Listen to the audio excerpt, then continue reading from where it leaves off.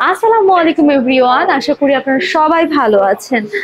আপনারা তো জানেনই বাহিরে প্রচুর পরিমাণে বৃষ্টি হচ্ছে সারা বাংলাদেশ। আর বাংলাদেশে যদি বৃষ্টি হয় মানুষের কি খেতে ইচ্ছা করে এই বৃষ্টির মৌসুমে?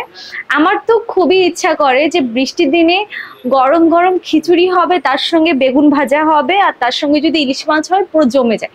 কিন্তু দক্ষিণা কিচেনে বেগুন ভাজাও নেই, ইলিশ মাছও নেই, আছে হলো গিয়ে এই লেগ রোস্ট খিচুড়িটা। বৃষ্টির দিনে এরকম এক প্লেট খিচুড়ি যদি আপনার সামনে থাকে, আর বাহিরে যদি ঝুমঝুম করে যদি বৃষ্টি যদি হয়, তাহলে তো পুরো জমে যায়, তাই না? আর আমাদের দক্ষিণা কিচেনের এই লেগ রোস্ট খিচুড়িটা কিন্তু খুব ফেমাস। তার কারণ হলো গিয়ে এটা গরম, বৃষ্টি বা বর্ষা যে কোনো দিনে এটা একদম জমে যায়। তার কারণ হলো গিয়ে এটা হলো গিয়ে খুব স্পেশাল ভাবে বানানো হয়, এটা টেস্টও একটু আলাদা।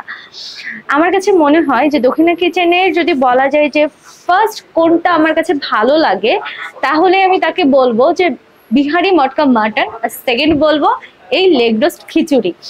আর আচ্ছা, এত কথা না বলে এটার প্রাইসটা একটু বলে দিই। এটার প্রাইস পড়ছে মাত্র 400 টাকা। আপনারা যারা দক্ষিণা কিচেনে আসবেন তারা অবশ্যই কিন্তু এই বৃষ্টির দিনে এই খিচুড়িটা টেস্ট করতে কিন্তু অবশ্যই ভুলবেন না।